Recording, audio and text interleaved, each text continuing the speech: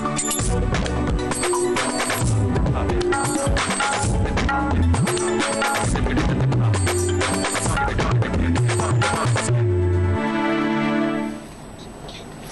वालेकुम नाज़रीन, देख रहे हैं आप आपस की बात। मैं हूं मुनीब फारूक, मेरे साथ मौजूद हैं नजम सेठी साहब। अस्सलाम वालेकुम नाज़रीन, प्रोग्राम के पहले हिस्से में सबसे पहले बात होगी डॉक्टर शकील आफरीदी की। आप जानते हैं वही साहब हैं जिन्होंने CIA की हेल्प की थी उसामा बिन लादेन को ट्रैक करने में और पकड़ने में। लेकिन अब तक जो जितने भी आर्टिकल्स लिखे गए जब से इनको सज़ा हुई है, तकरीबन एक हफ्ता हो गया है, तो उनमें यही कहा गया कि इनको बिल्कुल ठीक सज़ा हुई।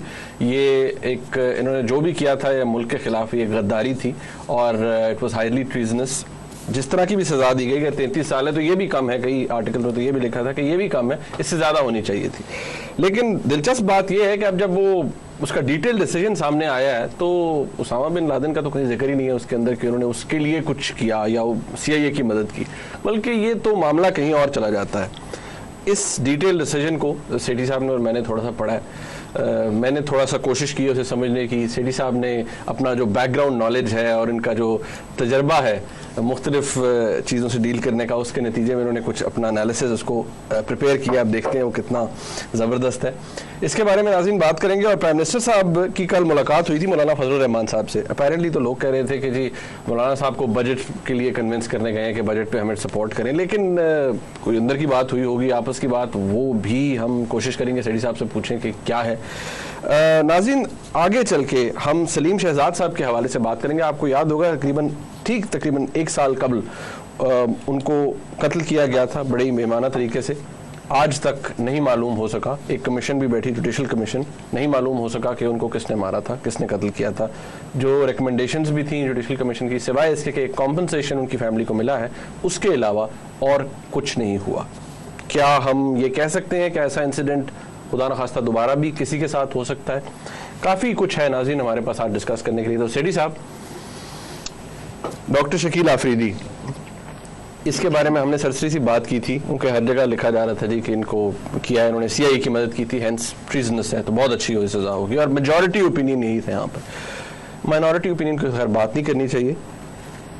आपको क्या लगता है after having read the five page judgment? मेरा इसके ऊपर एक अपना व्यू है, लेकिन आप बताओ ना तुम्हारा क्या व्यू है। मुझे सेठी साहब पता नहीं क्यों ये बड़ा समहाउ बड़ा फैब्रिकेटेड सा लग रहा है। ये जो अब जो आपने पढ़ा है आज, जी मैंने ये जो 5 पेजेस पढ़े हैं, समहाउ बड़ा फैब्रिकेटेड, क्योंकि इसके अंदर जो डेट्स दी गई हैं वो समहाउ आई वुड नॉट से कि उनका नेक्सस है, लेकिन वो बड़े क्लोज है उस OBL के इंसिडेंट से। अगर आप देखें कैसे 23 मई और वहाँ 2 मई एक ही महीना बनता है। 23 मई को इनको गिरफ्तार किया गया। 2 मई को OBL का केस होता है। 23 मई को इनको गिरफ्तार किया पिछले साल। फिर और पॉलिटिकल एडमिनिस्ट्रेशन है हैबर एजेंसी की जिन्होंने इनको गिरफ्तार किया। रुक जाओ, ये कहा जाता है जी कि उन्होंने गिरफ्तार किया। एग्जैक्ट। इसका कोई एविडेंस नहीं है। नहीं, कुछ भी नहीं। ये कहा जा रहा है मगर इसकी कोई कागजी कार्रवाई या इसकी एविडेंस नहीं है। तो ये भी हो सकता है कि इनको गिरफ्तार किसी और ने किया हो, किसी खुफिया एजेंसी ने किया हो और ये भी डिसअपीयर्ड हो गए हो और बाद में भी ये डेटे मेटे डाल के कागजी कार्रवाई या फाइल का पेट भरा हो। ये हो सकता है ना? बिल्कुल हो सकता है। आगे चलिए। आगे फिर सेठी साहब ये होता है कि एक JIT बनती है। इन पे इल्जाम जो आता है, JIT से मुराद है जॉइंट इन्वेस्टिगेशन टीम। इसमें कौन कौन होता है? इसमें मुख्तलिफ एजेंसीज हैं। यहाँ पे भी वो नहीं लिखा हुआ कि कौन कौन सी एजेंसीज हैं, JIT लिखा हुआ है। लेकिन एक अहम बात है कि इन पे जो इल्जाम है वो ये है कि इन्होंने लश्कर-ए-इस्लामी, एक डिफंक्ट ऑर्गेनाइजेशन मंगल बाग, उसको मिलिटेंट्स को ये सपोर्ट कर रहे थे। बल्कि ये तक कहा गया कि उन्होंने 20 लाख रुपए उनको एज एन एड या असिस्टेंस भी दी और इस जिसके नतीजे में इनको फिर पकड़ा गया और फिर जिरगे के लोगों ने भी बहुत सी एविडेंस। मगर ये कब का वाकया है? ये जिक्र जो करते हैं वो यही कि जी 23 को जारी बात है इनको एप्रीहेंड किया गया, पकड़ा गया, तो ऑब्वियसली उससे पहले का वाकया होगा। मगर ये जो ये अदालत में लेके जाते हैं जी फाटा के अंदर, तो ये कब लेके जाते हैं उसको? ये डेट सी तो बड़ी इंटरेस्टिंग है सेठी साहब के। जो JIT है वो है 23 को पकड़ते हैं, 24 को JIT को दे देते हैं 5 दिन के लिए, फिर एक इंटेलिजेंस एजेंसी के पास चले जाते हैं। एक इंटेलिजेंस एजेंसी जिसका नाम नहीं लिया गया, नहीं, उनके पास चले जाते हैं। कितना अरसा रहते हैं उनके पास? ऑलमोस्ट अ ईयर, 1 साल उनके पास रहते हैं। हाँ जी, किसी एक एजेंसी के पास। फिर उसके बाद इस साल 11 मई को 2012 इनको दोबारा पॉलिटिकल एजेंट के सामने लाके चार्ज किया जाता है और 2-3 दिन के अंदर अंदर सजा हो जाती है। Hence जो आपके सामने सारे सजा ये होती है कि आपने 20 लाख रुपया एक बैंड ऑर्गेनाइजेशन को दिए हैं, दिया है, ठीक, और आपने हेल्प की, असिस्टेंस की है उनकी, और वो उन्होंने ये किया है लश्कर इस्लामी, और इसमें अब वो CIA और वो पोलियो कैंपेन और ये जिक्र नहीं है, उसका कोई जिक्र नहीं है इस चार्जशीट के अंदर और इस सजा के अंदर। दिलचस्प बात, बड़ा अच्छा हुआ आपने बता दिया तारीखें क्या हुआ क्या नहीं हुआ। दिलचस्प बात यह है कि 1 साल से सारा मीडिया और सब हम लोग पागल हो रहे हैं लिख लिख के, और इसमें वो लोग भी हैं जो कि रियासत के इदारों के हामी हैं, जो लिख लिख के थक गए हैं। अनऑफिशियल स्पोक्सपर्सन, अनऑफिशियल स्पोक्सपर्सन्स बहुत से होते हैं, वो लिखते हैं पॉइंट ऑफ व्यू एक देने के लिए, वो लिख लिख के ये थक गए हैं कि इसको सजा होनी चाहिए क्योंकि CIA का एजेंट है, ठीक है। ये सारी बात चल रही थी यहाँ भी और बाहर भी, और आज जाके वो बात को बिल्कुल वॉश आउट कर दिया गया है और रातों रात एक नया चार्ज लगा के और वो रिलीज कर दिया गया और उनको सजा दे दी गई। मेरा 2 बातें कहना चाहूँगा। एक ये बात कि आपने देखा 1 साल ये डिसअपीयर्ड रहे हैं और अब हमें बताया जा रहा है कि फलानी तारीख को पकड़ा, फलानी तारीख को शिफ्ट किया, फलानी तारीख को GIT हुई, फलानी तारीख को ये फाटा ले गए, इनको ट्राइबल एरियाज में ले गए, और फलानी तारीख को फिर एक जिरगा बैठा या एल्डर्स बैठे और पॉलिटिकल असिस्टेंट एजेंट ने जो भी है ये फैसला किया और ये 4 charges waging war against Pakistan और फलाना ढिंगड़ा और ट्रीजन, ये सारा कुछ किया। दिलचस्प बात यह है मुनीब कि मैं आपको अपने पर्सनल एक्सपीरियंस से बताता हूँ कि मैं वहीं आ रहा था कि होता क्या है, और फिर आप समझ आएंगे यहाँ क्या हुआ। गालबन 99 में 8 मई को 8 मई 1999 की रात और 9 मई की रात दिन 2-2:30 बजे के करीब सुबह के वक्त AM सुबह के वक्त एक सियासी सिविलियन हुकूमत थी मियां नवाज शरीफ साहब की। पंजाब में भी उनकी हुकूमत थी, सेंटर में भी उनकी हुकूमत थी। मुझे घर से मार पीट के उठा लिया गया और 1 हफ्ते के लिए मैं लापता था, किसी को नहीं पता था मैं कहाँ हूँ, किसके पास हूँ। फिर मुझे भी नहीं पता था मैं कहाँ हूँ। बाकी बात छोड़े, मैं दूसरी बातों की तरफ आ रहा हूँ, डेट्स की बात। 7 दिन 6 दिन 7 दिन के बाद मुझे ऑफिशियली ISI का रिकॉर्ड शो करेगा आपको कि ISI ने रिसीव किया, मुझे रिसीव किया फ्रॉम द डेट, उनकी जो रजिस्टर है उसके अंदर मेरा नाम दर्ज हुआ और मुझे रिसीव किया ISI ने। और कुछ 2-3 हफ्ते के बाद ISI ने ऑफिशियली एग्जिट करवाया मुझे कागजों में। ठीक। तो वो उस दौरान जो जिस डेट्स में मैं ISI के पास था वो तो रिकॉर्ड है, ठीक, मगर उससे पहले जो 6-7 दिन थे कोई रिकॉर्ड नहीं है कि मैं कहाँ था। ISI ने ये रिफ्यूज कर दिया था कि हम तो उसी दिन लिखेंगे जिस दिन हमारे पास ये शख्स आया, जब हमने ऑफिशियली ले लिया। उससे पहले मैं कहाँ था? या मैं पंजाब पुलिस के पास था, या मैं FIA के पास था, या मैं IB के पास था। IB के पास आप रह नहीं सकते। IB इंटेरोगेशन इन्वेस्टिगेटिंग एजेंसी है, एग्जीक्यूटिव एजेंसी गिरफ्तार नहीं किसी को कर सकती। अगर IB ने किसी को गिरफ्तार करना है तो पंजाब पुलिस को लेके, मैजिस्ट्रेट को लेके गिरफ्तार करना पड़ता। तो खैर बहरहाल ये सारा कुछ हुआ। बाद में सुप्रीम कोर्ट ने मुझे एग्जॉनरेट करके बाहर निकाला। मैंने केस किया कि मुझे ये बताया जाए कि मैं वो जो 6-7 दिन थे मैं कहाँ था, ताकि मैं पता करूं कि वो लीगल था या इलीगल था जो मुझे डिटेन किया। क्योंकि ISI की जो डिटेंशन थी वो लीगल थी जिस हद तक थी। उसके बाद उन्होंने मुझे पुलिस के हवाले कर दिया 3 हफ्ते के बाद। फिर सुप्रीम कोर्ट ने मुझे पुलिस की प्रिजन से निकाल दिया और आज़ाद कर दिया। वो सारा रिकॉर्ड था। जो पहले दिन जो मैं गायब था वो पहला रिकॉर्ड ही नहीं था, यानी कि पहले 6-7 दिन का रिकॉर्ड, कोई रिकॉर्ड नहीं था। तो मैंने जज साहब से कहा खड़े होके high court, Lahore high court में, अब मैं नाम नहीं लूँगा जज साहब को, वो जाके आगे बहुत बड़े सुप्रीम कोर्ट के जज बने थे। तो उन्होंने देखा, उन्होंने मुझे पूछा आप क्या चाहते हैं? मैंने कहा जी हम चाहते हैं कि ये इंक्वायरी आप ऑर्डर करें और पता करें मैं कहाँ था और क्या वो कानून के आइन के तहत था या वो गैर कानूनी था। और अगर गैर कानूनी था तो फिर उनको धरे जिसने मुझे किया था ये। उन्होंने आगे से ये जवाब दिया कि क्यों छेड़ना चाहते हो इन चीज़ों को, तुम तो आज़ाद हो गए हो, वो बदनाम हो गए हैं जिन्होंने पकड़ा था तुम्हें, अब क्यों तुम ये पंगा ले रहे हो? मैंने कहा नहीं जी नहीं, ये मैं पंगे वंगे नहीं ले रहा, ये आइन और कानून की बात है और ये पहले भी मेरी ज़ात की बात नहीं थी, अब भी नहीं है। मैं तो आपको आपका हाथ मजबूत करना चाह रहा हूँ आइन का, और ताकि इस किस्म की चीज़ें ना हो। तो उन्होंने कहा अच्छा ओके, तो ये बताओ कि फिर हम कमीशन बना दें या हम किसको कहें कि इन्वेस्टिगेट करें। मैंने कहा जी वो पंजाब पुलिस ने मुझे यहाँ से गिरफ्तार किया था ना, और रखा था या किसी के ओवर हैंड ओवर कर दिया था, तो उनसे पूछ लीजिए। तो वो मुस्कराने लगे। उन्होंने कहा आप जैसे कहते हैं मैं ऑर्डर कर देता हूँ, मगर आपको ये एहसास होना चाहिए कि आप पुलिस को कह रहे हैं कि वो इसकी तफ्तीश करे, जब आपको भी पता है और मुझे भी पता है कि पुलिस इन्वॉल्व थी इसमें। तो क्या आपका ख्याल है ये तफ्तीश होगी और आपको कभी भी ये पता चलेगा? आपको कोर्ट के चक्कर पे चक्कर लगाने पड़ेंगे और कोई आपको कुछ नहीं मिलेगा। आप एक दफ़ा सोच लीजिए, घर जाइए, कल फिर आ जाइएगा, सोच के मुझे बताइए कि मैं केस ख़त्म कर दूँ, डिसमिस कर दूँ, या आप इसको प्रोसीड करना चाहते हैं। तो फिर मेरे वकील ने मुझे समझाया, आपको इशारा कर दिया जज साहब ने, दो मेंबर बेंच था, तो आप मेहरबानी करके ड्रॉप कर दीजिए। ये गैप्स होते हैं, ये गैप्स हैं। इस केस में भी उसी किस्म की चीज़ हुई है। 1 साल के लिए इलीगली उसको डिटेन किया गया। बाद में ये कागजी कार्रवाइयाँ इंटीरियर मिनिस्ट्री की, फलानी अदालत की, ये बाद में डाली गई हैं जब फैसला किया कि इनके साथ करना क्या है। ये लूप होल्स फिल किए गए हैं। और ये जो फैसला किया है कि इनको CIA के तहत कि वो एजेंट है वो नहीं करना और किसी और चीज़ के अंदर धरना है, वो इसीलिए किया है क्योंकि अमेरिका की तरफ से बड़े ऑब्जेक्शंस आ रहे हैं।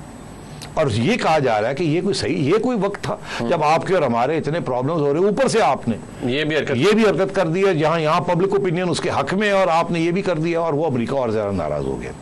अब ये चाह रहे हैं कि किसी तरीके के साथ अमेरिका के साथ मरहम पट्टी की जाए, और पहले ही आगे इतने हालात ख़राब हैं, तो ये एक और चपेड़ थप्पड़ है ना ये भी, तो इसको ना उधर ना लेके जाया जाए और ऊपर से शर्मिंदा किया जाए कि दरअसल ये तो टेररिस्ट था, ये तो वो लोगों के साथ मिला हुआ था जो आपको मार रहे थे। तो ये पाकिस्तान का पब्लिक ओपिनियन की तरफ तवज्जो नहीं है, ये उधर की पब्लिक ओपिनियन की तरफ तवज्जो है कि इसके ऊपर वो इल्ज़ाम लगाया ही ना जाए जिसके साथ अमेरिका डायरेक्ट आता है, इसके ऊपर टेररिज्म का इल्ज़ाम लगाया जाए। और देखिए ये कहना कि जी 20 लाख रुपया ले लिया था, ये कर लिया था, ये तो पता नहीं कितने साल ये आएगा जाएगा, एविडेंस आएगी नहीं आएगी, वो फिर अपील में जाएगा, ये होगा वो होगा, उस वक्त सब भूल गए होंगे, 4 5 6 साल जितने साल रखना चाहते हैं निकाल देंगे बाद। हाँ नहीं, वैसे वो सारी वो पिछले साल से शुरू हो गई है सेंटेंस। ये मैं आपसे कह रहा हूँ, ये है आपकी रियासत के इदारे इस तरीके के साथ आइन के साथ ये धज्जियाँ उड़ाते हैं, और क्योंकि अपने इनके मकासद होते हैं, फॉरेन पॉलिसी मकासद हैं, दूसरे मकासद हैं। और आपकी हुकूमत, जो भी हुकूमत हो, ये उस वक्त नवाज शरीफ साहब की हुकूमत थी जो गैर आइनी बात कर रही थी, और आजकल पीपल्स पार्टी की हुकूमत है जो मिलकर गैर आइनी बात करती है और गैर कानूनी बातें करते हैं। और मुझे याद आ गया कि ये जो एजेंसियां हैं, आज आपने बात की सलीम शहजाद की, मैं उसके बारे में भी बात करना एग्जैक्टली मैं चाह रहा था क्योंकि इससे रिलेटेड है। उसके अलावा जो ह्यूमन राइट्स कमीशन बनी है उसके ऊपर भी मैं बात करना चाहूँगा। दोनों चीज़ों में एजेंसियों का रोल है और हुकूमत का एक रोल है और कमीशंस का एक रोल है, तो वो भी आज वाजे हो जाए कि क्या कौन सी रेड लाइंस हैं जो हुकूमत भी क्रॉस नहीं करती, सिविलियन हुकूमत, और कौन सी रेड लाइंस हैं जो कोई कमीशन या इन्वेस्टिगेटिंग अथॉरिटी, कमीशन किसी किस्म की भी हो, वो रेड लाइंस इनके लिए ड्रॉ कर दी गई हैं। तो वो भी आज आपसे मैं डिस्कस कर रहा हूं। एक व्यू ये भी है ना कि हमने अभी आपने बात की कि इलीगली हो रहा है, नवाज शरीफ साहब के दौर में वो काम हुआ, अभी पीपल्स पार्टी के दौर में हो रहा है। एक बात ये भी है जिसको हर कोई कहता है कि क्योंकि अब जैसे पीपल्स पार्टी की गवर्नमेंट है, ये सियासी तौर पे इतनी कॉम्प्रोमाइज्ड होती हैं गवर्नमेंट्स, बहुत से ऐसे इश्यूज चल रहे होते हैं that they cannot stand up to the agencies. बिल्कुल सही कह रहे हैं। ये वो गवर्नमेंट है जब शुरू में आई थी तो उस वक्त तो इतनी कॉम्प्रोमाइज़ नहीं थी ना, तो इन्होंने कोशिश की ना कि ISI की पॉलिटिकल विंग को अपने अंडर लेने की कोशिश की, और आपने देखा कैसा रिएक्शन हुआ, बैकफायर हो गया। वो मीडिया ने मिल गई ISI के साथ और कहा सवाल ही पैदा नहीं होता कि हम सिविलियन कंट्रोल के अंदर इस किस्म की बात करें। और आज वो दिन है कि सुप्रीम कोर्ट ये पता कर रहा है कि ये ISI की पॉलिटिकल विंग बनी कब थी, जुल्फ़िकार अली भुट्टो साहब के ज़माने में बनी थी। तो अब आप देख लीजिए कि सिविलियंस फुली रिस्पॉन्सिबल हैं। आपने कहा इनकी हरकतें ऐसी है कि ये इनसे फिर पूछा, अगर पूछना है तो इनसे पूछा जाए कि आप क्यों ये इजाजत देते हैं। इनकी हरकतें ऐसी है कि ये अपने पांव पे खड़े नहीं हो सकते, ये आंख में आंख डालकर बात नहीं कर सकते। इसीलिए मैं हमेशा टर्की का एग्जांपल देता हूं आपको कि टर्की की आर्मी और एजेंसियां बड़ी पावरफुल थी, मगर टर्की की हुकूमत जो कि एक इस्लामी हुकूमत है, उन्होंने परफॉर्मेंस दिया, आवाम को की हमदर्दियां हासिल की, 11-12 साल उनके लिए, उनकी खुशहाली के लिए काम करते रहे, अपने आप को मजबूत किया, कोई दाग नहीं अपने ऊपर लगने दिया। फिर फौज के साथ आंख में आंख डाल के कहा कि ऐसे नहीं हो सकता, क्योंकि आवाम इनके साथ थी, नुमाइंदे इनके साथ थे। तो वो बात कर सकते थे और शफाफ था, और शफाफ थे और डेमोक्रेसी की को स्ट्रेंथन कर सकते थे, सिविलियन साइड को। यहाँ तो हो ही नहीं सकता। आपकी सारी अवाम वो ये सियासतदानों को गालियां दे रही है, अच्छे बुरे कोई सबको कहते हैं सब बुरे हैं, सब बुरे। एक तरफ वो आपकी फौज की इज्जत करती है, 70%, 60 से 70% लोग फौज पे एतमाद करते हैं। पॉपुलैरिटी रेट है बिल्कुल, क्यों नहीं? देखिए ना, कोई उनके ऊपर इस किस्म का तो दाग नहीं है। अगर कोई चीज की भी है तो दाग तो नहीं है ना। इनके ऊपर की है या नहीं की, और की बहुत सी चीजें हैं, दाग लंबे दाग है, और किया बहुत कुछ है इन लोगों ने, इसलिए ये खड़े नहीं हो सकते। तो आपकी बात बिल्कुल सही है। मैं आपको बताना चाहूंगा, ये एक केस है जिसमें मैंने आपसे कहा ये खड़े नहीं हो रहे हैं, फॉरेन पॉलिसी फौज बना रही है, और ये जो प्रोसिक्यूशन हो रही है इसकी ये भी वही बना रहे हैं। अच्छा, पहले अग्रेसिव, अब पीछे हट रहे हैं क्योंकि अमेरिका के साथ रीनिगोशिएशन शुरू हो रही है। अच्छा सेठ साहब, वापस आएंगे। नाज़रीन, हमने प्राइम मिनिस्टर साहब के हवाले से भी बात करनी है, क्योंकि कुछ शायद ऐसा है जो उन्हें आजकल परेशान कर रहा है। ऑब्वियसली ऑपोजिशन है जिसने दौड़ लगाई हुई है पिटीशंस दायर करने की, पिटीशंस दायर हो गई, लेकिन क्या फेट हो सकता है, क्या प्राइम मिनिस्टर साहब तैयार हैं इस बात के लिए, कुछ भी नतीजा निकल सकता है, इसके बारे में बात करेंगे। ब्रेक के बाद हमारे साथ रहिएगा।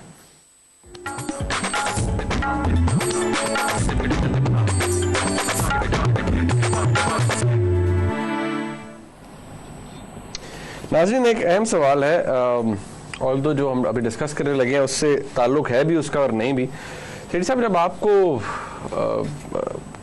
मैं आपका क्या कहूँ अबडक्ट किया गया था, तो आप पर तशद्दुद किसने किया था, ISI ने या पुलिस ने? यार ये बड़ा पर्सनल सवाल है, ये पता नहीं क्यों I wanted to ask this, लेकिन फिर मैंने कहा मैं पूछ लेता हूँ आपसे। मतलब चले, मैं आपको ये कहता हूँ कि ISI ने मुझे प्रोटेक्ट किया था पुलिस से। ISI ने बचाया था मुझे, क्योंकि जब पुलिस ने मेरे पे तशद्दुद करके ISI के हवाले किया और उनको कहा कि इसको कोर्ट मार्शल करें, तो उन्होंने अपनी जब इंक्वायरी कंडक्ट की तो उन्हें एहसास हुआ कि ये बड़ी ज़्यादती हो रही है, और उन्होंने मुझे फिर बताया कि आपके साथ ये ज़्यादती हो रही है, ये करना चाह रहे हैं, और आप अब फैसला करें, आपने हमारे पास रहना है और सुप्रीम कोर्ट के पास जाना है, या आपको पुलिस के हवाले कर दें। मैंने कहा मुझे पुलिस के हवाले मत कीजिएगा। उन्होंने कहा बड़ा तशद्दुद करेंगे, ज़बरदस्ती आपसे कन्फेशन लिखवाएंगे, आप सुप्रीम कोर्ट को अप्रोच करें, हम आपको क्लीन बिल ऑफ हेल्थ देंगे सुप्रीम कोर्ट के सामने। तो फिर हमने सुप्रीम कोर्ट को अप्रोच किया, सुप्रीम कोर्ट ने ISI को बुलाया। ISI के जनरल गुलाम अहमद थे उस वक्त इंटरनल विंग के, उन्होंने जाके वहाँ फाइल में दिखाया। चीफ जस्टिस साहब थे उस वक्त, सईदुज़्ज़मान सिद्दीकी साहब, जस्टिस ममून काजी साहब थे, उनको जाके दिखाया कि कोई केस नहीं है, ये सब झूठ है। तो फिर उन्होंने ऑर्डर किया कि इनको रिहा कर दिया जाए। उसके बाद फौरी तौर पे सैफुर रहमान साहब जो एहतसाब ब्यूरो के चीफ थे, उन्होंने मुझे फिर गिरफ्तार कर लिया। अच्छा। और टेररिज्म में की चार्ज लगाया मेरे पे, और इस दफ़ा सोचा कि मैं खुद ही करूँगा। अच्छा। उस वक्त फिर जस्टिस ममून काजी ने एक और जजमेंट पास की कि इनको आप हाथ नहीं लगा सकते हमसे पूछे बगैर, क्योंकि आपने पहले भी ज्यादती की है और अब आप फिर ज्यादती करने जा रहे हैं। तो फिर इस तरीके के साथ सारा मामला ख़त्म हुआ। तो मैं तो ISI का शुक्रगुजार हूँ। उन्होंने तो मुझे बचाया था ये गंदे सिविलियन ऑटोक्रेटिक और तशद्दुद करने वाले माशरे से। तो मैं ये आपको बता रहा हूँ, ये कॉम्प्लेक्स बातें होती हैं, कहीं एक कहीं दूसरा, कहीं एक इधर तशद्दुद कहीं उधर तशद्दुद। अभी भी ये जो सारा कुछ हो रहा है जिसमें लोग डिसअपेयर हो जाते हैं और एजेंसियाँ ले जाती हैं, एजेंसियाँ को कोई ये उनके मुंह पे खून नहीं लगा हुआ। वो समझती हैं कि आप कोई गड़बड़ कर रहे हैं। नहीं तो वो एग्जैक्टली कल बात भी हमने की। हमारा प्रॉब्लम ये है कि अगर गड़बड़ कर रहे हैं तो कानून के तहत कोर्ट में लाएं, आप इन्वेस्टिगेशन करें। मगर ये एक साल लेके बैठे रहना और उल्टा टांग देना, ये कोई तरीका नहीं है सिविलाइज सोसाइटी में। तो ये है सारा इशू इस वक्त। अच्छा, आपने अभी रेड लाइंस की बात की थी सेठी साहब, हम आगे चलते हैं। सलीम शहजाद साहब का केस आपके सामने है, 1 साल हो गया है। जिस तरह से उन्हें अबडक्ट किया गया, जिस तरह से उन्हें कत्ल किया गया, कोई वाज़ेह बात सामने नहीं आ सकी। अब आप मुझे ये बताइए, यहाँ पर भी जो आपको पता है उस वक्त भी निशाना यही था कि एजेंसीज ने उठाया, खासतौर पर यह था कि ISI ने उठाया, और शायद ISI ने सब कुछ किया, ऑल्दो कोई सामने क्लियर बात नहीं थी, कमीशन के सामने भी कुछ नहीं। आपको क्या लगता है कि नहीं? देखिए बातें बड़ी होती है, किसने उठाया किसने नहीं उठाया। मेरा भी यही ख्याल है कि एजेंसी ने उठाया, मगर कमीशन का ये जॉब था इन्वेस्टिगेट करना। अब कमीशन ने जो बात की, जो बात दिलचस्प है मेरे लिए, वो ये नहीं है कि कमीशन क्या कंक्लूजन पे आई, कौन गिल्टी है या नहीं। वो इन्वेस्टिगेटिंग कमीशन एक होती है, ये फोरेंसिक नहीं कर सकते, ये क्रिमिनल प्रोसिक्यूशन या क्रिमिनल इन्वेस्टिगेशन नहीं कर सकते, ये फैक्ट फाइंडिंग होती है। तो कमीशन ने ये कहा कि 2 बातें जो मेरी दिलचस्पी की हैं उसमें, एक तो उन्होंने ये कहा कि एजेंसियों के ऊपर लगाम होनी चाहिए और कोई कानून बनाने चाहिए ताकि इनके ऊपर लगाम हो और इनकी देखभाल होनी चाहिए, क्या करते हैं क्या करते हैं, किस कानून के तहत। एक तो उन्होंने ये बात वाज़ेह तौर पे कह दी एडवाइस के तौर पे, दूसरी तरफ ये कहा कि हमें कुछ नहीं मिला एजेंसियों के खिलाफ। तीसरी बात जो की उन्होंने ये भी तस्लीम किया कि एजेंसियों ने आके एविडेंस नहीं दी, उन्होंने रिटन स्टेटमेंट दे दिए और कोई एविडेंस या क्रॉस एग्जामिनेशन का सामना नहीं किया, रिफ्यूज कर दिया। और कमीशन ने इंसिस्ट भी नहीं किया, कमीशन ने बाकी सबको बुलाया, सबसे खड़े होकर बात की, मगर यहां जब आया कि एजेंसी की बात आई तो एजेंसियों ने रिफ्यूज कर दिया और कमीशन चुप करके बैठ गई। ये रेड लाइन थी, ये एडमिट किया उन्होंने। मोहतरमा बेनजीर भुट्टो के 3 कमीशंस बैठी हैं, स्कॉटलैंड यार्ड से लेके यूएन और फिर अपनी FIA की और GIT, सब में ये लिखा गया है कि हमने जब मिलिट्री इदारों को बुलाया और कहा कि हमारे साथ तावन करें और बताया, उन्होंने इनकार कर दिया और ये कुछ नहीं कर सके। उन्होंने स्टेटमेंट्स दे दी मैं ऐसे ही कि कुछ नहीं हम कर सकते। अब कर सकते थे या नहीं कर सकते थे, किया कुछ नहीं, उन्होंने आगे से फ्लैटली रिफ्यूज कर दिया। ये हमारा 1 सफ़े का बयान है, टेक इट और लीव इट, हम नहीं आ रहे। तीसरी चीज, अभी हाल ही में प्रेसिडेंट जरदारी साहब ने एक कमीशन, ह्यूमन राइट्स की कमीशन का, national commission for human rights, national commission for human rights, वो बिल साइन हो गया, एक्ट बन गया ना, एक्ट बन गया। उसके अंदर एक बहुत बड़ा प्रॉब्लम है, वो ये है कि किसी एजेंसी को ये कमीशन नहीं बुला सकती और ये नहीं कह सकती कि आप बताइए आपका क्या रोल है, आपने उठाया नहीं उठाया। ये रेड लाइन ड्रॉ कर दी गई उसके अंदर भी। तो जब ये सारी ह्यूमन राइट्स वायलेशंस अब सिविलियंस तो कर नहीं रहे हैं, जो हो भी रही हैं, सारा कुछ जो हो रहा है, और चीफ जस्टिस साहब ने खुद तस्लीम किया है कि मिलिट्री के इदारे जो हैं वो लगता ऐसे है कि वो इन्वॉल्व हैं। तो एक तरफ ये चल रहा है, दूसरी तरफ हर जगह पे रेड लाइंस है। तो मेरा ये ख्याल है कि ये चीज़ें जो है इनको देखना पड़ेगा, अकाउंटेबिलिटी होनी चाहिए, ड्यू प्रोसेस होना चाहिए, एजेंसियों के जो जेन्युइन फेयर्स हैं नेशनल सिक्योरिटी के तस्लीम करने चाहिए, अंडरस्टैंडिंग होनी चाहिए इन चीज़ों की, what is treachery, what is treason, किस एजेंसी का क्या रोल है। कानून फ्रॉम द आर्मी एक्ट से लेके ये सारे जो कानून हैं इनको रिवाइज करने की ज़रूरत है, और ये अकेले बैठ के नहीं, उनको साथ बैठा के, ताकि सारे एंगल्स जो उनको कवर कर लिया जाए। ये वो भी पाकिस्तान का हिस्सा है, हमारी आइन का हिस्सा है, हमारी एजेंसीज है। अच्छा, तो ये जो है उनको भी प्रोटेक्ट करना है, मगर हाई हैंडेडनेस अलाउ नहीं करनी है। मगर हाई हैंडेडनेस सिविलियंस भी करते हैं, जैसे मैंने आपको अपना केस बताया, एक लिविंग एग्जांपल है। तो इसलिए ये सब के ऊपर लगाम डालने के लिए कानून साजी की जरूरत है, और कोई होली काउज या सेक्रेड काउज नहीं होने चाहिए। अच्छा सेठ साहब, एक इंपॉर्टेंट बात है सलीम शहजाद साहब के हवाले से, फिर हम आगे चलते हैं। जो मोटी बात इन्होंने की थी, और जो उस वक्त आपको याद है PNS मेहरान का वाकया हो चुका था, इससे पहले उन्होंने कहा था कि PNS मेहरान जो है वो भी एक इनसाइडर्स जॉब है। सलीम शहजाद साहब तो अल्लाह को प्यारे हो गए, जो बात उन्होंने की थी वो गलत नहीं थी, वो दुरुस्त साबित हुई। आपको याद है कुछ देर से पहले हमने डिस्कस किया कि साबित हो गया कि इनसाइडर्स जॉब है, लेकिन उसमें भी कोई नहीं मालूम हमें कि वो चार्ज क्या फ्रेम हुआ है और सजा क्या मिलेगी, एक्चुअल सजा क्या मिलेगी। हमें तो सिर्फ ये बताया गया कि एक कोर्ट मार्शल हुआ है 1 साल के बाद, वहाँ का कमांडर उस बेस का और 2 और शख्स को कोर्ट मार्शल कर दिया गया। ये नहीं बताया चार्ज क्या था, इतना कहा गया कि नेग्लिजेंस ऑफ ड्यूटी। तो हमने जो सवाल खड़ा किया था, हमें पूरे डिटेल मिलने चाहिए। ये एक नेशनल सिक्योरिटी का मसला है, ये एक इंटरनल आर्मी का मसला नहीं है, ये सारा मुल्क का नुकसान हुआ है उसमें, हमें पता लग चलना चाहिए कि इसका क्या रोल था, क्या हुआ क्या नहीं हुआ। डिटेरेंस जो है ये सिविलियंस में भी होनी चाहिए, सिर्फ इंटरनल बात तो नहीं होनी चाहिए ना। मगर वहाँ भी नहीं बताया गया, ना नाम बताए गए, ना सजा बताई गई, ना चार्जशीट बताई गई, कुछ भी नहीं बताया गया। तो ये इस किस्म की जो खुफिया डीलिंग्स होती हैं वो काउंटर प्रोडक्टिव होती हैं, इनको बाहर निकालना चाहिए, साफ सबके सामने हर बात होनी चाहिए, और सबको सामने ड्यू प्रोसेस के तहत पनिशमेंट होनी चाहिए या अक्विटल होनी चाहिए। अच्छा सही साहब, as you always say bringing it sublime to the ridiculous. अब बात जरा थोड़ी सियासत की हो जाए। हमने ये बातें तो सारी कर ली, obviously they were like issue oriented things. Prime minister साहब ऑब्वियसली जैसे कहते हैं ना, आई इन द स्टॉर्म, आजकल काफ़ी ज़्यादा उनके इर्द गिर्द काफ़ी चीज़ें चल रही हैं। अपोजिशन आपको पता है ऐवान के अंदर बाहर काफ़ी कुछ कर रही है। मौलाना फजल रहमान साहब से मिलने गए थे कल, और प्राइम मिनिस्टर साहब वहाँ से जब निकल रहे थे तो उन्होंने क्या कहा, मैं चाहता हूँ आप ज़रा देखें। आप दिखाना चाहेंगे मुझे? जी मैं देखिए, चिड़िया भी वहीं थी। अच्छा, आपकी चिड़िया वो PM के साथ गई। नाज़रीन देखिए क्या कहते हैं प्राइम मिनिस्टर साहब। मुझे खुशी होगी अगर इमरान खान और नवाज शरीफ इकट्ठे हो जाएं, ताकि then they will be acting like a real opposition. तो अभी तक तो एक दूसरे को नीचा दिखाने के लिए कुछ बात हो रही है। तो मैं जो मेरे इंफॉर्मेशन है, पहले पीटीआई अदालत में गई हैं, तो फिर उन्होंने सोचा कि हम क्यों पीछे रह गए हैं, तो वो भी फिर चले गए हैं। तो इसलिए मैं समझता हूँ कि जो सियासी लोग होते हैं, सियासी कारकुन होते हैं, और हमें तो भुट्टो साहब ने भी और मोहतरमा ने भी यही समझाया है कि जो सियासी अखाड़े होते हैं वो अवाम में होते हैं, ना कि अदालतों में। इसलिए वो अदालतों में तो वो जाते हैं जो कमज़ोर हों सियासी लिहाज से। तो इसलिए ये जो उन्होंने पार्लियामेंट की जो बात है उनको अदालतों में ले जाना जो है, मैं समझता हूँ उन्होंने अंडरमाइन किया है वो पार्लियामेंट को और पार्लियामेंट की सुप्रीमेसी को। पार्लियामेंट की सुप्रीमेसी उन्होंने कहा अंडरमाइन किया। अब मैंने ब्रेक पे जाना है, लेकिन जो मौलाना फजल रहमान साहब ने कहा वो भी बड़ा सिग्निफिकेंट है, बड़ा सोच के उन्होंने बोला। लेकिन वो मैं सस्पेंस छोड़े जा रहा हूँ आपके लिए और हमारे व्यूअर्स के लिए। नाज़रीन, ब्रेक से वापस आएंगे, उस पर बात होगी और क्या फेट है, प्राइम मिनिस्टर साहब क्या सोच रहे हैं, क्या वही सोच रहे हैं जो हमारा आप सोच रहे हैं। एक ब्रेक के बाद हमारे साथ रहिएगा।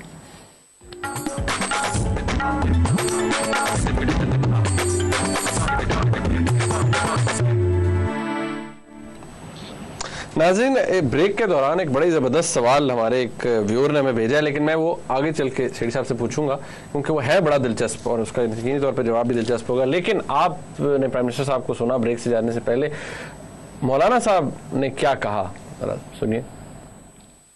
जो मामला इस वक्त अदालत उज़्मा में है या उस सतह पर ज़ेर बहस है, हम उसमें फ़रीक न बने और इस बात का इंतज़ार करें कि अदालत या उसके जो बराबर के इदारे हैं वो क्या फ़ैसला करते हैं और जो भी फ़ैसला वहाँ से आता है हम उसका एहतराम करेंगे।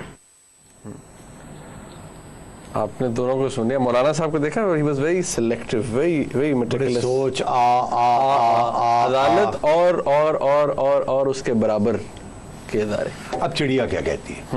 चिड़िया कहती है कि प्राइम मिनिस्टर साहब खुर्शीद शाह साहब के यहाँ गए थे अफसोस करने, और फिर मौलाना का घर भी करीब ही है, और वहाँ से चल के मौलाना के घर आ गए और वहाँ जाके सलाम दुआ ली। पहले इतला कर दी थी मौलाना को कि प्राइम मिनिस्टर साहब भी आ रहे हैं। प्राइम मिनिस्टर साहब ने आके मौलाना से ये कहा, ये चिड़िया की कहना है, वो यहाँ बैठी हुई थी, पीएम साहब के साथ थी, इनविजिबल थी ना। तो उन्होंने कहा कि देखिए मैं चल के आया हूँ। अब मौलाना ने सोचा भाई चल के आए हो तो मैं क्या करूं, चल के आए हो, गाड़ी में आए हो तुम, और ये मुझे मिलने तो नहीं आए, तुम तो साथ नेक्स्ट डोर वहां आए थे। मगर पीएम साहब ने बड़ा ये इसका बनाया कि मैं चल के आया। ये आपको पता, सियासतदान जब ये कहते हैं मैं चल के आया, इसका मतलब है कि आप मेरी कोई इज्जत रख लीजिएगा, क्योंकि मैं आया हूँ आपके यहाँ गोडे हाथ लान। तो अब बेचारे मौलाना फंस गए, मौलाना इधर उधर हो भी नहीं सकते थे। मेरी चिड़िया कहती है 2 दिन से प्राइम मिनिस्टर कोशिश कर रहे थे मौलाना को पकड़ने की। अच्छा। और मौलाना इधर उधर हो रहे थे। टेलीफोन लाइंस खराब थी, मिल नहीं रही। मौलाना जरा दूर रहना चाहते थे, प्राइम मिनिस्टर पकड़ना चाहते थे और ये ड्रामा करना चाहते थे। तो पीएम पहुंच गए इस एक्सक्यूज के जरिए। अब मौलाना पकड़े गए, कैप्चर हो गए, क्या करें। तो अब मौलाना के ऊपर प्रेशर आ गया। प्रेशर ये आया कि भाई मौलाना हमारे साथ रहिए, जो देखें इमरान खान जो है वो आपको भी नुकसान दे रहा है, वो नवाज को भी दे रहा है, ये नवाज समझ नहीं आ रही है, वो इमरान तो जाता है सुप्रीम कोर्ट, ये नवाज भी छलांगे मार रहा है। तो आप कुछ समझाएं कि ये किधर जा रहे हैं, हम सारे उड़ जाएंगे, ये मामला खत्म हो गया है, तो आप हमारे साथ खड़े हों। क्योंकि कुछ अरसे से मौलाना नाराज और अपोजिशन में बैठे हुए हैं। अब बजट भी ऊपर से आ रहा है। अब पता क्लियर बात है कि बाहर शोर पड़ा होगा और अंदर मियाँ साहब की पार्टी ने शोर डाला होगा बजट के ऊपर, ठीक है ना। तो अब बजट तो पास करना है। और कोई मतलब हर किस्म की चीज़ हो सकती है, मीडिया भी खिलाफ है, सब गालियां दे रहे हैं, तो इसलिए थोड़ी मरहम पट्टी की ज़रूरत थी। जाहिर है फिर अब वो जब पहुंच गए तो अब मौलाना बेचारे क्या करते, वो जैसे उन्होंने कहा मैं चल के आया हूँ, तो फिर जाहिर है, और ये बात बड़ी सीधी सी है। मौलाना ने खैर पहले ही एक बयान दे दिया हुआ था कि स्पीकर को चैलेंज नहीं आप कर सकते, तो मौलाना अपने ज़हन में बड़े क्लियर है इसमें। और वो जाहिर है कि वो ये भी नहीं पसंद करते, ये जो एग्जीक्यूटिव जुडिशरी की क्लैश है ना, मेरा ख्याल है कि मौलाना, मेरा ख्याल है, ये मेरा असेसमेंट है कि मौलाना ये जुडिशल इंटरवेंशन इस किस्म की जो उसको पसंद भी नहीं करते। तो इस वजह से फिर मौलाना ने ये आ करके थोड़ा बहुत प्राइम मिनिस्टर साहब को उनके साथ सपोर्ट किया। अब सवाल ये पड़ता है कि प्राइम मिनिस्टर साहब आ तो गए, मौलाना ने अब कह भी दिया कुछ छोटा मोटा, अब फिर आपका क्या ख्याल है कि मौलाना ने कहा अच्छा फिर खुदा हाफिज आप जाइए, अब ऐसे तो नहीं होता ना। तो फिर आपका क्या ख्याल है, मौलाना ने क्या कहा होगा? ये आप बताइए। चिड़िया इधर से उड़ के उधर चली गई ना। अच्छा अच्छा। अब मौलाना के जाके यहाँ बैठ गई, वहां से उन्होंने मुझे SMS किया कि मौलाना कह रहे हैं कि तो वो सारे जो आपने गैस देनी थी हमारी कंस्टिट्यूंसी के अंदर, हमारे वोटर जो है उनको हमने वादे किए हुए, वो जो सारी रॉयल्टी मिलनी थी जिसके साथ फलाने कैनाल बैंक चलना था, फलाने दरिया के राइट बैंक के ऊपर ये कंस्ट्रक्शन होनी थी, 6 अरब रुपया लगने थे, आपने इतने देने थे, नहीं दिए। वो सारे काम रुके हुए हैं। क्योंकि देखिए मौलाना भी तो अवामी आदमी है ना, ऑब्वियसली वोट लेने तो जाना, वोट लेने जाना है, उन्होंने भी कंस्टिट्यूंसी पॉलिटिक्स करनी है। तो मौलाना भी दुखी थे, जैसे कि PML क्यों दुखी थी कि प्राइम मिनिस्टर साहब उनको भी डेवलपमेंट फंड्स नहीं दे रहे और थे। दुख तो वैसे ही देखे जाते, दुख तो वैसे नहीं देखे जाते क्योंकि PM साहब बड़े चलाको PM है। उन्होंने बहुत से डेवलपमेंट फंड्स चौधरी निसार और नून वालों को दिए हुए थे उनको जरा ठंडा करने के लिए। तो PM साहब तो हर किस्म की सियासत करते हैं और अब देखिए सर्वाइव भी उन्होंने किया है और देख कितने कॉन्फिडेंस से बात कर रहे हैं। तो मेरा ख्याल है फिर वहां कोई थोड़ा बहुत बातचीत हुई, तो ये सारी वहां बात थी। अच्छा, अब चले नाज़रीन को पता चल गया कि प्राइम मिनिस्टर साहब क्यों गए थे और वहाँ पर क्या आपस की बात हुई। सेठी साहब, एक हमारे व्यूअर हैं, उन्होंने सवाल किया है कि ये जो शकील आफरीदी साहब का ये फैसला आया और एक हफ्ते तक शोर पड़ा रहा, अब आज जाके क्लियर हुआ है। पहले तो यही था कि CIA को हेल्प करने के चक्कर में इनको ये सज़ा हुई है, आज क्लियर हुआ कि ये क्या है, इसके पीछे क्या है, मतलब कोई एनी थेरी? यार इसका जवाब मैं यही देना चाहूँगा, इससे ज़्यादा बात नहीं करूँगा, कि आप देखिए 1 साल से हमें ये कहा जा रहा है कि वो CIA के एजेंट थे। किस तारीख को फैसला आया याद है आपको? 21, 22, 23 में 23 मई 2012 ऑर्डर अनाउंस हुआ और उसमें ये नहीं पता था कि किस लिए ये सजा दी जा रही है। नहीं, उसमें कुछ सिर्फ 33 साल की सजा, सेंटेंस पता था। और सब दुनिया ने ये को कहा गया Exactly. कि ये स्पाइंग के लिए। ऐसे ही है ना? ऐसे ही है। तो उस दिन जरदारी साहब कहाँ थे? शिकागो में। तो ये फिर फैसला कैसे सुनाया गया 23 तारीख को? क्योंकि इस फैसले के साथ सारी दुनिया जरदारी साहब के और पीपल्स पार्टी गवर्नमेंट के और पाकिस्तान के खिलाफ हो गई। और 7 दिन के बाद हमें बताया जा रहा है कि नहीं वो तो बात कुछ और थी, बात तो हमने तो किसी और चीज़ के लिए सजा दी है। बस मैं ये कहना चाह रहा हूँ, इस हुकूमत को ना कॉन्फिडेंस में लिया गया, ना बताया गया। फैसला अनाउंस किया गया जब प्रेसिडेंट जरदारी वहाँ थे, वहाँ ऑलरेडी स्नब हो चुके थे, ऊपर से और गालियाँ पड़ी और वो खाली हाथ वापस आ गए। बस इससे ज़्यादा मेरे से मत पूछिएगा। आपने कह दिया, मैं नहीं पूछता आपसे।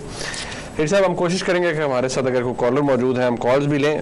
सवालात बहुत से आ रहे हैं कि ये जो पिटिशंस फाइल हुई हैं सुप्रीम कोर्ट के अंदर, इनका फेट आपको क्या नज़र आता है? नहीं, ये देखिए, ये पिटिशंस जो हैं ये चलेंगी। मेरा नहीं ख्याल, अब मेरा अपना ये ख्याल है कि आगे जाके सुप्रीम कोर्ट की जो अग्रेशन है वो कम हो जाएगी। अच्छा। मैं वजाहत करने के लिए तैयार नहीं हूँ इस वक्त। मैं ये तज्जिया कर रहा हूँ, प्रेडिक्शन कर रहा हूँ कि सुप्रीम कोर्ट को ख्याल रखना पड़ेगा किस तरीके से वो अब इन पिटिशंस के ऊपर भी फैसला करते हैं और बाकी जो दीगर इश्यूज चल रहे हैं उसके ऊपर ख्याल करना पड़ेगा, क्योंकि तो जो हालात है मुल्क के वो बड़ी खतरनाक एक एरिया में जा रहे हैं। अभी तो मेंटेनेबिलिटी के ऊपर भी बड़ी बातें आनी है। अभी तो दायर हुई हैं। मैं बिल्कुल इन पिटिशंस को सीरियसली अभी नहीं ले रहा हूँ। अच्छा, इस्लामाबाद से हमारे साथ है जी हारून साहब। जी अस्सलाम वालेकुम। जी हारून साहब। अस्सलाम वालेकुम जी वासलाम। कैसे हैं सेठी साहब? मेहरबानी, टाइम थोड़ा है, हुक्म। अच्छा सेठी साहब, गुजारिश ये है कि अगर किसी जादू की छड़ी के जरिए कल वजीर आजम को नाअहल करार दे दिया जाता है तो नून लीग को तो इसका कोई फायदा पहुंचने वाला नहीं। फिर नून लीग इतना ववेला क्यों कर रही है? क्या कहीं वो जो पंजाब कार्डियोलॉजी वाला केस है उससे आप लोगों की और अवाम की तवज्जो हटाने की कोशिश नहीं कर रही?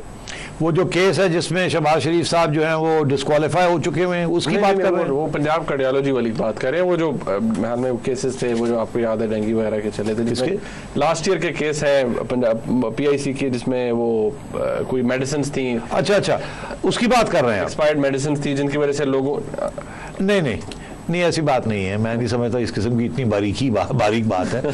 बात सीधी सी है कि वो इमरान खान साहब ने पिटिशन फाइल की तो हम क्यों पीछे रह जाएं, लोग समझेंगे हम सॉफ्ट ऑपोजिशन है। बहुत प्रेशर है मियां साहब के ऊपर कि वो हार्ड ऑपोजिशन नजर आए, सॉफ्ट ऑपोजिशन ना आए, क्योंकि एसोसिएशन विद जरदारी गवर्नमेंट वो बड़ा नेगेटिव परसेप्शन क्रिएट करता है। इसलिए सारा वक्त तनकीद करना और इमरान खान नंबर ना ले जाए, हमने भी साथ साथ खड़े होकर तनकीद करना, ये बड़ा जरूरी है। शहजाद साहब ने फैसलाबाद से। जी अस्सलाम वालेकुम।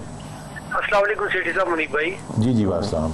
सेठी साहब, मेरा सवाल, दो सवाल है आपसे। एक तो ये कि जो स्पीकर कौमी असम्बली हमीदा मिर्जा साहिबा ने जो सुप्रीम कोर्ट के फैसले के बाद अपना फैसला सुनाया है, इसकी क्या आईनी और कानूनी अहमियत हासिल है और इसके ऊपर आपकी राय क्या है? और दूसरा सवाल ये है मेरा कि ये जो नवाज लीग ने और तहरीक इंसाफ ने रिट किया सुप्रीम कोर्ट में, क्या ये किसी तीसरी कुव्वत के कहने पे की गई है या फिर ये फिर अवाम को बेवकूफ बनाने के लिए टोपी ड्रामा किया जा रहा है? नहीं, आप सही कह रहे हैं। देखिए, कानूनी हैसियत क्या है वो तो अब सुप्रीम कोर्ट ही फैसला करेगा। पीपल्स पार्टी का ये कहना है इसकी कोई कानूनी हैसियत नहीं है, मौलाना फजल का ये कहना है, MQM का ये कहना है, हुकूमत और उसके अलाइज उन सबका यही कहना है कि speaker is the last word. और आइन के अंदर भी कुछ ऐसे आर्टिकल्स हैं जो कि उनको सपोर्ट करते हैं कि स्पीकर की जजमेंट जो है, ये जो भी स्पीकर कहता है वो किसी अदालत में उसको क्वेश्चन नहीं किया जा सकता, and so on and so fourth. ये बात हो चुकी है। इसके बावजूद ये रेट्स आ रही हैं और वो फंडामेंटल राइट्स के ऊपर आ रही हैं। ये बड़ी इंटरेस्टिंग ट्विस्ट्स हैं ये कानून की। मैं समझता हूँ ये कानून साजी नहीं हो रही, ये पॉलिटिक्स चल रही है। अब क्यों पॉलिटिक्स चल रही है, ये बड़ी इंपॉर्टेंट आपने सवाल पूछा। तीसरी कुव्वत कि तीसरी कुव्वत के कहने पे ये हो रहा है, मैं नहीं समझता कि नवाज शरीफ साहब कुछ भी तीसरी कुव्वत के कहने पे करने के लिए तैयार है। अलबत्ता ये ज़रूर है कि तीसरी कुव्वत की बात हो रही है कि चौथी कुव्वत भी तो हो सकती है, तो अब इसमें यहाँ बात छोड़ दीजिए। सही साहब, आपने जैसे कहते हैं सस्पेंशन ब्रिज बना दिया। बहुत शुक्रिया आपका। नाज़रीन, आपने प्रोग्राम देखा, इसका फीडबैक हमें ज़रूर दीजिएगा। देखने का बहुत शुक्रिया। खुदा हाफिज़।